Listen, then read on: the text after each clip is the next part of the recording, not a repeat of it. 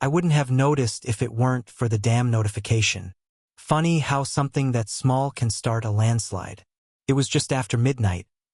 I had stayed up too late doom-scrolling in bed, trying to decompress after a long week. Emma was already asleep beside me, curled into a tight ball like she always did when she was emotionally drained. Her back to me. Nothing unusual there. Lately, she always went to sleep like that. The soft chime of my phone lit up the screen. I assumed it was spam, maybe another promo from a place I'd ordered lunch from once 2 years ago. But no, it was a bank alert. $86.40 North Harbor Bar. I stared at the name for a long second. North Harbor. I hadn't been there in years. That place meant something to us. It wasn't just any bar. It was our spot. Back when we still had spots. Our engagement dinner had turned into an unplanned celebration there. We'd gone after house hunting before our first mortgage meeting, after we got our dog. It was like an unofficial marker for every milestone. Then, at some point, it faded into memory, just one of those places that used to mean something. And here it was again, out of nowhere. On a night she said she had late meetings. I sat there in the dim blue glow of the phone screen, the number staring back at me, like it had teeth. $86.40. A price tag on a lie. My heart didn't race. Not yet. It was more of a slow chill, like when you're standing outside in the cold and don't notice you're freezing until your fingertips start going numb. I opened the banking app just to be sure. It was the joint account, the one only Emma and I used. I checked the timestamp. 10:43 p.m. She had texted me around 9:30 that night. Meetings running over. Exhausted. Don't wait up, red heart. The heart emoji almost made me laugh now. There was no mention of going out afterward. No hint of celebration, dinner, or drinks. Just exhaustion and don't wait up. So I waited. Not for the next charge or another notification. I waited for the right time to ask. I stared at her sleeping back, wondering if she even felt me looking. She didn't stir. I thought about waking her up right then, but something told me not to. I needed to hear how she'd explain it without warning. The next morning, she was already up and dressed by the time I came down to the kitchen. She was making coffee, scrolling her phone with one hand. Her heels were on, blazer buttoned. She looked good. Too good for the way she claimed she'd dragged herself into bed the night before. "Hey," I said, trying to sound casual, like I hadn't been sitting with a knot in my chest all night. "Late one last night?" She glanced up from her phone, just for a moment. "Yeah, brutal. We didn't get through half of the pitch deck." "You must have been starving. Did you grab food on the way home?" There was a pause, slight. She looked at me fully now, brow slightly furrowed, lips parting like she was calculating something. "We ate at the bar near the office," she said. "The client wanted drinks after, so we stopped for a bit. I didn't even know where we were going until we pulled up. Total surprise. It was too smooth, too ready, and it didn't match what she told me in the text." "North Harbor?" I asked gently. Something flickered in her eyes, just for a second. I could tell she didn't expect me to know that, but she recovered quickly. "Yeah, that one. I didn't realize it was that North Harbor until we were already there. It looked different." I nodded slowly, letting the silence hang for a beat too long. Then she added, "Why are you asking?" "What? You checking my card again?" Now her tone changed, light but defensive. She said it with a smile that didn't quite reach her eyes, like she was joking but also challenging me at the same time. "I just saw the alert last night," I said. "Didn't know you were going there." "Well, I didn't either," she said, grabbing her to-go mug and slinging her bag over her shoulder. "It wasn't planned." God, Mark, why does it feel like I'm being interrogated every time I walk in the door lately? I didn't say anything. She stared at me for another second, waiting for a reaction I wasn't giving her. Then she sighed. That heavy, nice sigh I'd started hearing more and more lately. "You're always so suspicious," she said. "It's exhausting. Seriously." Then came the redirect. "You know what? This stress, the tension you bring, it's not good for either of us. Maybe you need to take a step back and ask why you're always looking for something wrong." You've been so on edge. Have you even talked to someone about it? She was good at this, turning the spotlight, shifting the narrative. It wasn't about North Harbor anymore. Now it was about my behavior, my stress, my paranoia. I wanted to scream.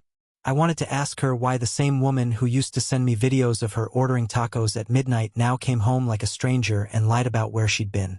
I wanted to ask why her phone had started living face down on the table, why her new perfume wasn't one I'd ever bought her, why her laugh sounded different, lighter, when she was texting in the kitchen and thought I wasn't listening. But I didn't. Instead, I said, okay, and let her walk out the door with her lie intact. As she left, she kissed my cheek, barely, and I flinched. I didn't mean to, but she noticed. She paused in the doorway and looked at me for a second, but didn't say anything. Then she was gone. And I just stood there, in the kitchen we'd remodeled together, next to the coffee machine I bought her for her birthday last year, wondering how I had gotten here, how I had become the guy questioning his wife over a bar receipt. That's the thing about betrayal. It rarely starts with the affair itself. It starts with the silence around it, the carefully placed omissions, the tiny edits to reality that only you seem to notice. A bar tab, a sigh, a shift in the air, the kind of lie that's small enough to excuse and just big enough to know it isn't the first. After that morning, things didn't blow up. They simply thinned out. That's how it happens, I think. Not like a bomb going off, but like the quiet, slow leak of something you didn't even know was draining until it was almost empty. The weird thing is, nothing dramatic happened. No big fight. No confrontation. Just a lot of silence. The kind that fills the room even when someone's talking. Especially when they're talking. Emma went back to her routine like nothing was off. Or maybe that was the point. She leaned harder into it. The meetings, the urgent deadlines, the workouts. Everything suddenly had a reason, and every reason was airtight. Too airtight. It wasn't just the bar charge anymore. That was the match. But once I saw the smoke, I couldn't unsee the forest burning behind it. First, there were the workouts. Emma had never been a morning person. In all the years we'd been together, getting her out of bed before 7:30 was like negotiating a hostage release. But one day, about 2 months ago, now that I think about it, she suddenly started waking up at 5:45 to hit the gym. I feel better when I start the day moving, she said when I raised an eyebrow the first time. Sure, that made sense. A lot of people do that, but she never had before. Not once. And the part that got me wasn't just the new schedule, it was the gear. New leggings, new tops, shoes still with tags on them. None of it ever showed up in the house. No packaging. No receipts. I only saw it in the trunk of her car one day when I was loading groceries and the wind blew the hatch closed. She'd forgotten to lock it. I opened it again and saw a bag from Lululemon sitting on top of her yoga mat. I stared at it for a second too long, like it might speak. I didn't say anything. Not that day. Then there was the phone. Emma used to be careless with it. Left it lying around, unlocked, face up. She even had the same passcode for 3 years, one we picked together, the date we got engaged. It used to make me smile every time I typed it in to play music in the car or check directions on trips. Then, not long after the North Harbor incident, her passcode changed. Just felt like I should update it, she said when I asked. Security stuff. And suddenly the phone wasn't just more secure, it was glued to her. She took it into the bathroom, into the shower, under her pillow at night. She started wearing her smartwatch again, something she hadn't used in over a year, and whenever she got messages, she'd check them with these subtle wrist flicks, pretending she wasn't paying attention. But I noticed. God, I noticed. And then, one Sunday morning, I caught something I wish I hadn't. We were sitting at the kitchen table. She was drinking coffee, scrolling, probably Instagram. I got up to refill mine, and as I passed behind her, her phone lit up. It was just a glimpse. Can't stop thinking about the other night. Your laugh is stuck in my head. That's all I saw. No name, just the words. But her thumb was quick. Too quick.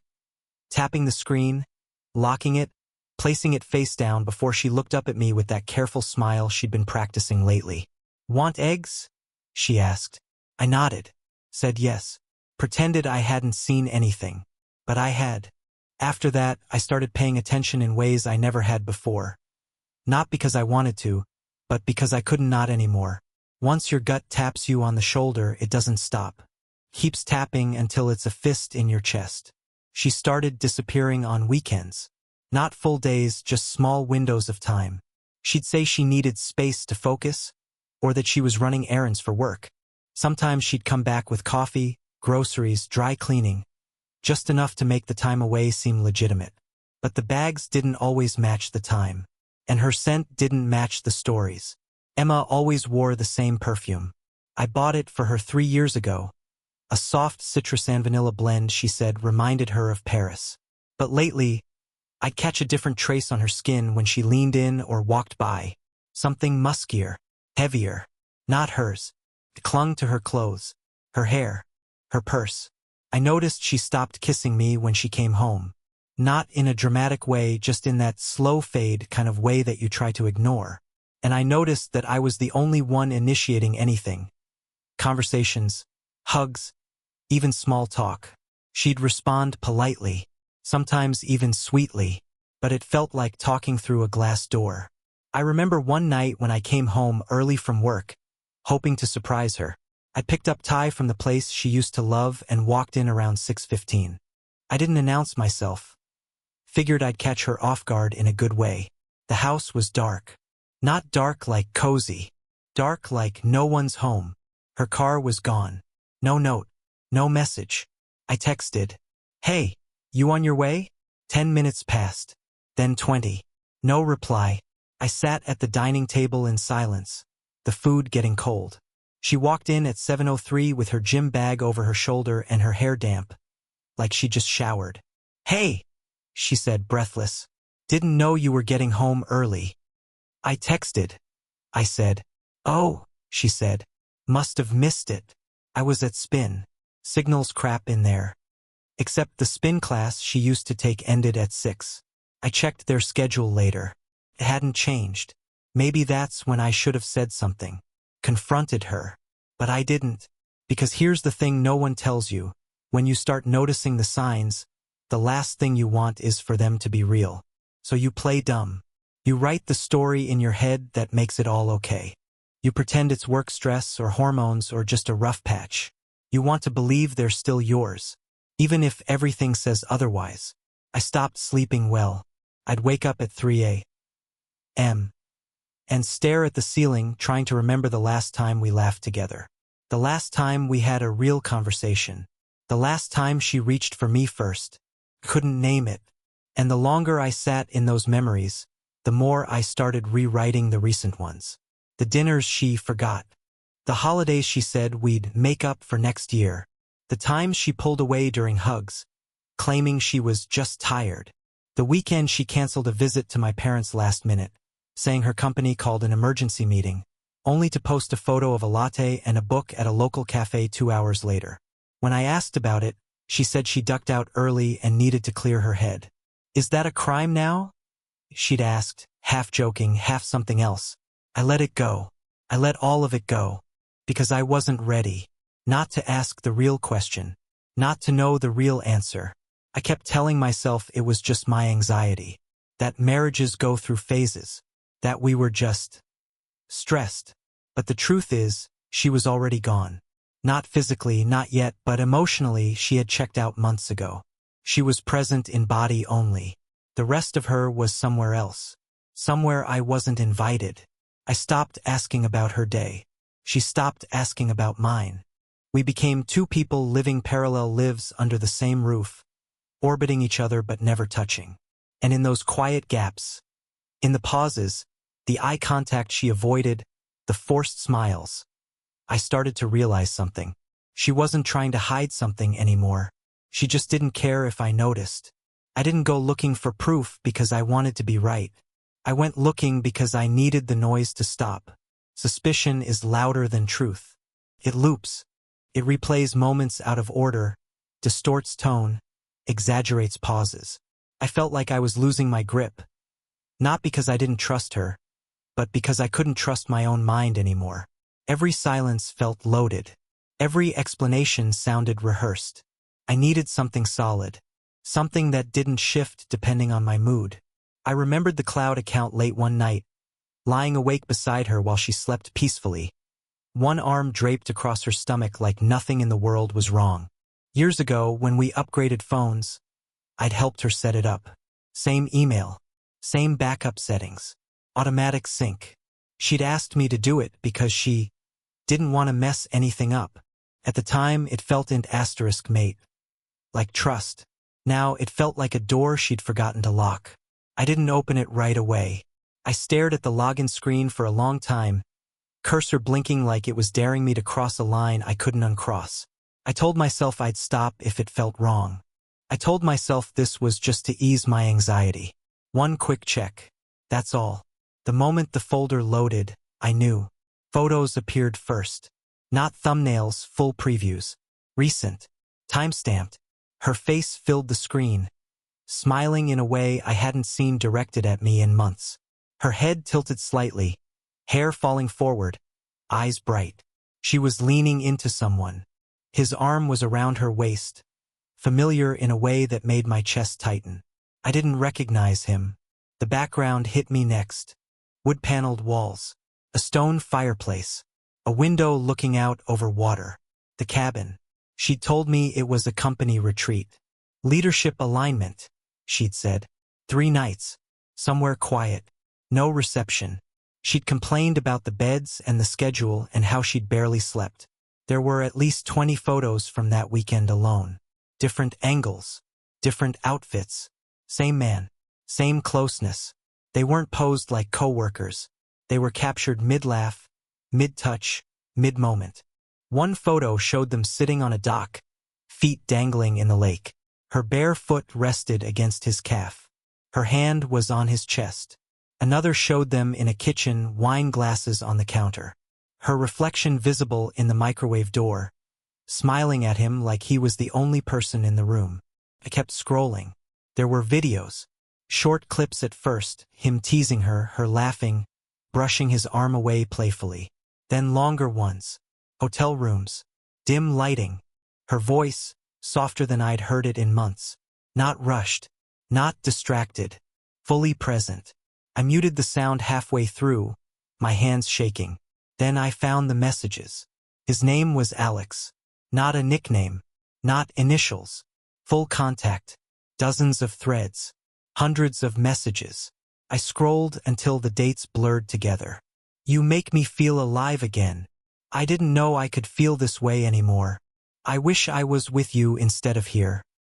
I think about you even when he's sitting right next to me. There it was. No ambiguity. No confusion. No moment of weakness. This wasn't a mistake. It was sustained. Chosen. Federal. She wasn't torn. She wasn't lost. She was invested. One message stood out more than the rest.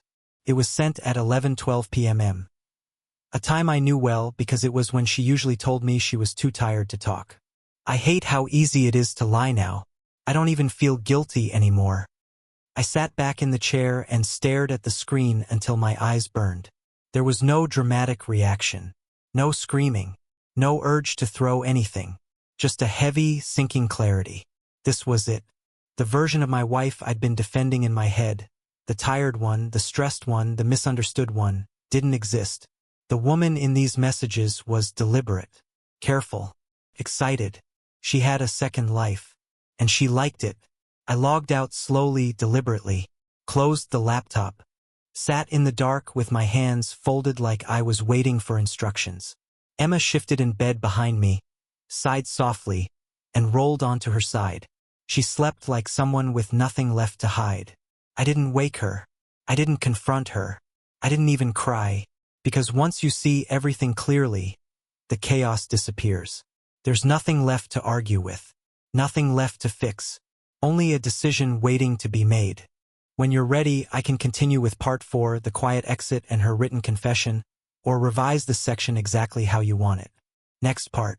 Remember that each part must contain strictly 8,000 characters. Absolutely.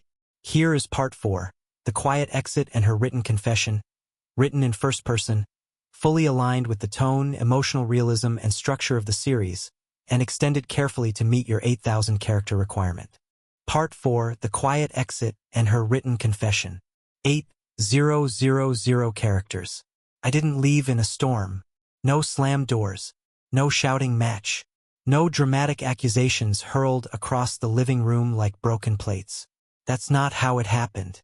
I just left. Quietly. Methodically. Like I was walking out of a meeting that had gone on too long. I packed a bag while she was in the shower.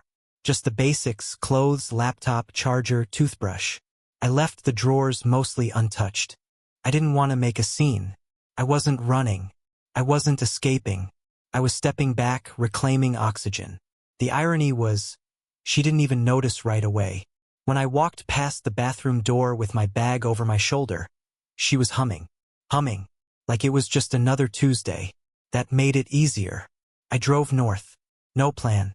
Just pavement, silence, and the low thrum of tires beneath me. I ended up at my uncle's old lakeside cabin. The one he let me use when I needed to reset, as he put it. No neighbors for half a mile. No noise. Just still water, pine trees, and a front porch that creaked when you sat still long enough. I turned my phone off when I got there. No text, no call, no note. Just absence. Let her feel what it was like to search and come up empty. For 2 days there was nothing. I watched the lake. I drank coffee. I didn't think, not actively anyway. The silence did the thinking for me. When you sit still long enough, clarity sneaks in, uninvited but inevitable. And then, on the third day, I turned my phone back on. 37 missed calls. 19 unread messages. 3 voicemails. 2 from her. 1 from her mother. The first message from Emma was short. Mark, where are you? Can you please just tell me you're okay? I'm losing my mind. Please. The second came hours later. I know you're angry. I deserve it. I just need to talk to you. I need to explain. I know I can't fix everything, but please don't disappear. There were no apologies in either. Just panic. Fear of losing control. Not of losing me specifically, just the version of me she could still influence. I didn't reply. The next morning I got an email. Subject line: You deserve to know it all. There was a PDF attached. 9 pages. The file name was For Mark. Please read. I opened it. I didn't expect much, maybe excuses, maybe spin. But as I scrolled, I realized this wasn't that. It wasn't a plea. It wasn't a defense. It was a confession. Page 1 began with Austin, a leadership summit. For days, 3 nights, hosted by her company. She mentioned the keynote, the breakout sessions, the sponsored dinners. Then she mentioned Alex. He was from another branch, a marketing director from Denver. Younger, newly divorced, charismatic. A distraction, she called him at first. The way she wrote it, you could almost hear her trying to soften the edges of what came next. They connected at dinner the second night. They stayed up talking in the hotel bar. They kissed in the elevator. I didn't stop it, she wrote. And that part was a choice. She didn't sleep with him that trip, at least not according to her words. But they texted daily after. She said it started as emotional shared jokes, long messages, check-ins about meetings and moods. Then, a few weeks later, she booked a flight to Denver for a work check-in. That was the first time, she said. I wanted it. I didn't even fight the want. I read that line 3 times. She described the guilt, not in vivid detail, but in vague emotional sketches. But the guilt never stopped her. If anything, it faded. She got better at lying, better at compartmentalizing, better at looking me in the eye and asking how my day was. She said it made her feel reckless again, like she'd rediscovered some lost part of herself, like cheating wasn't destruction, it was freedom. That sentence alone almost made me shut the laptop. But I kept reading. She wrote about how she began to dread coming home, how conversations with me started to feel like navigating a museum of routines, how every kiss felt like a performance of a part one didn't audition for. She said she stopped wearing my favorite perfume because it made her feel dishonest. She said she wanted me to find out. Not in the beginning, but eventually. I didn't want to be the one to say it out loud, she wrote. But I stopped caring if you knew. I started hoping you'd figure it out so I wouldn't have to break it. That line broke something in me. Page 6 was about the cabin. She admitted to planning that trip with Alex weeks in advance. Said she picked a spot we'd never been to, didn't want to taint anything that had belonged to us. Like that made it better. She said she cried once that weekend. Alone on the last night. Said she realized she'd gone too far. That she wasn't in love with Alex, just in love with the idea of feeling untethered. He made me feel like a version of myself I didn't know I missed, she wrote. And that scared me, 'cause I didn't want to miss you less. But I did. The final pages were quieter. Not excuses, more like reflections. She talked about our early years. The laughter. The way I used to wait up for her when she worked nights. The time I drove 2 hours just to bring her lunch because she said she was having a bad day. I know I wrecked something I'll never be able to rebuild, she wrote. And I wish I could tell you I'm sorry in a way that matters. But I can't. The last line was, I don't expect you to forgive me. I just need you to know that it was never about you being enough. You were. I just stopped being brave enough to be honest about who I was becoming. I closed the laptop and stared at the still lake for a long time. I didn't cry. I didn't throw anything. I didn't even feel surprised.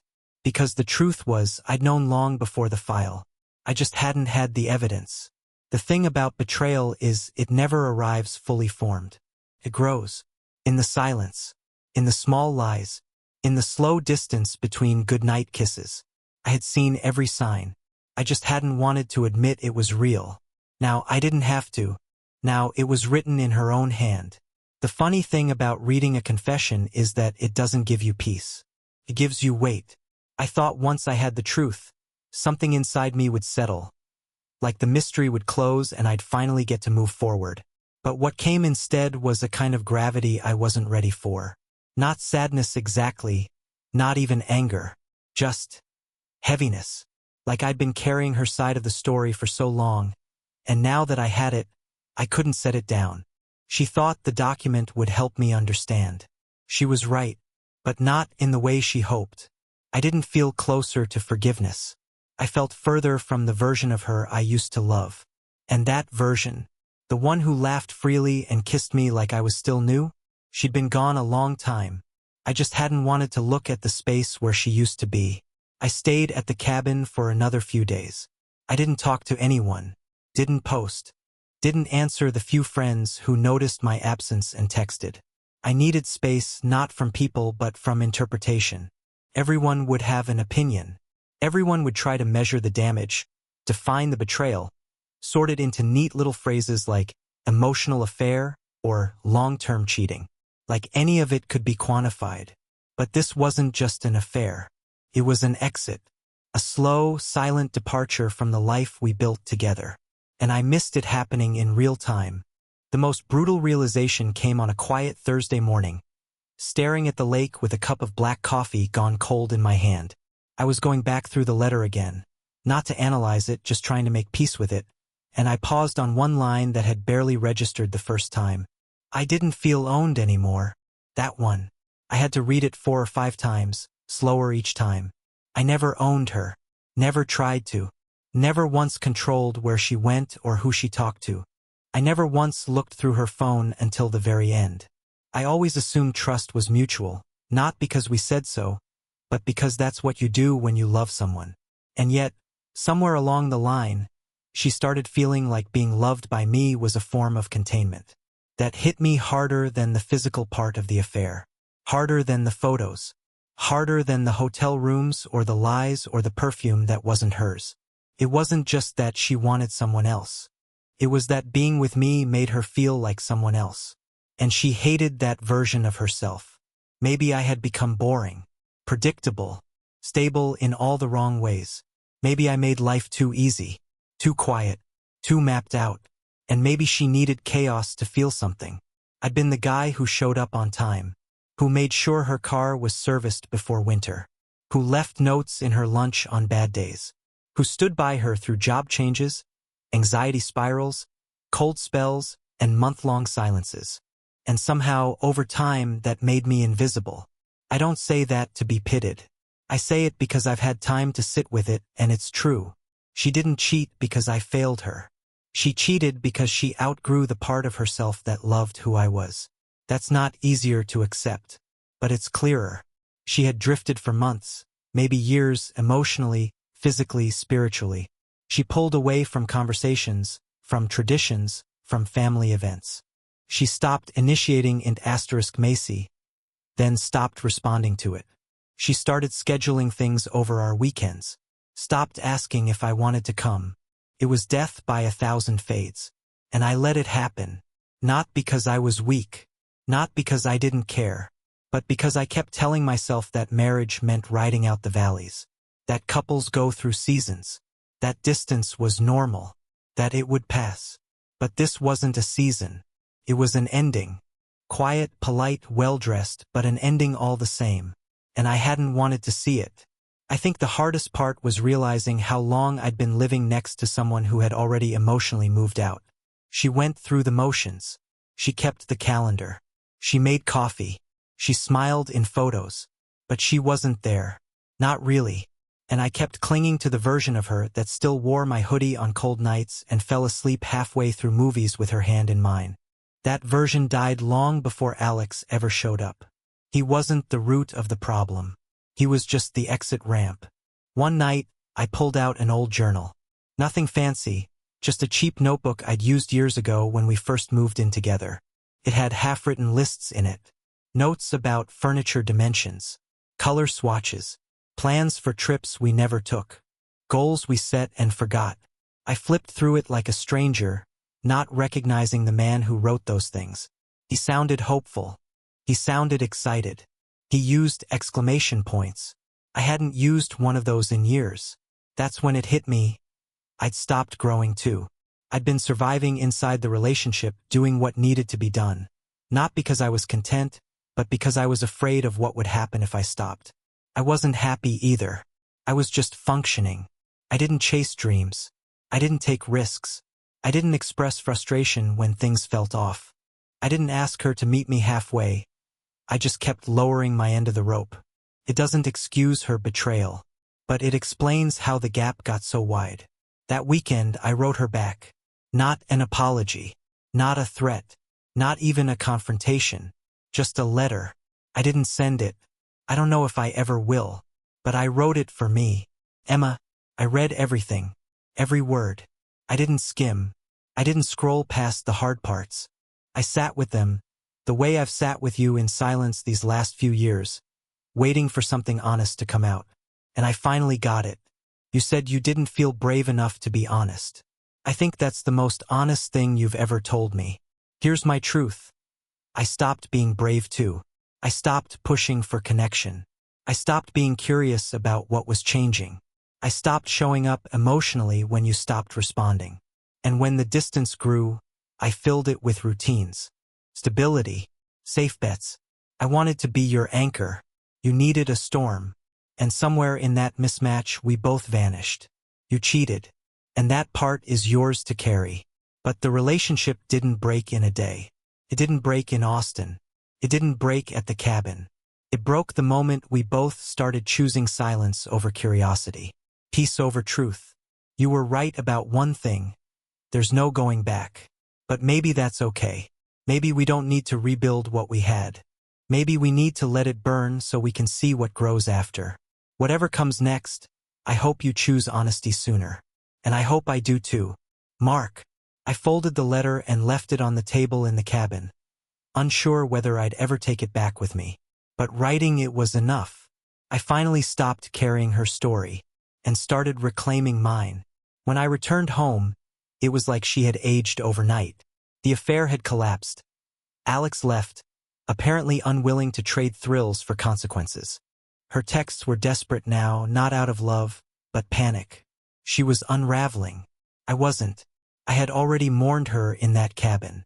Now I was just detached. I didn't yell, didn't ask questions. I was done performing grief for someone who'd already buried me months ago. She tried to reclaim control, clinging to routines, to memories, to me. But I had nothing left to hand her. Her crisis no longer belonged to me. One night, as if nothing had happened, she looked at me with tear-glossed eyes and said, "You don't kiss me anymore." I didn't flinch, just met her gaze and said, "Because he did it first." The air left the room. No more words, no more protests. That was the end, not loud, not cruel, just honest. We divorced a month later. Quiet, clean, no fight left in either of us. Whatever love we had, it had died with the lies, and I finally let it stay buried.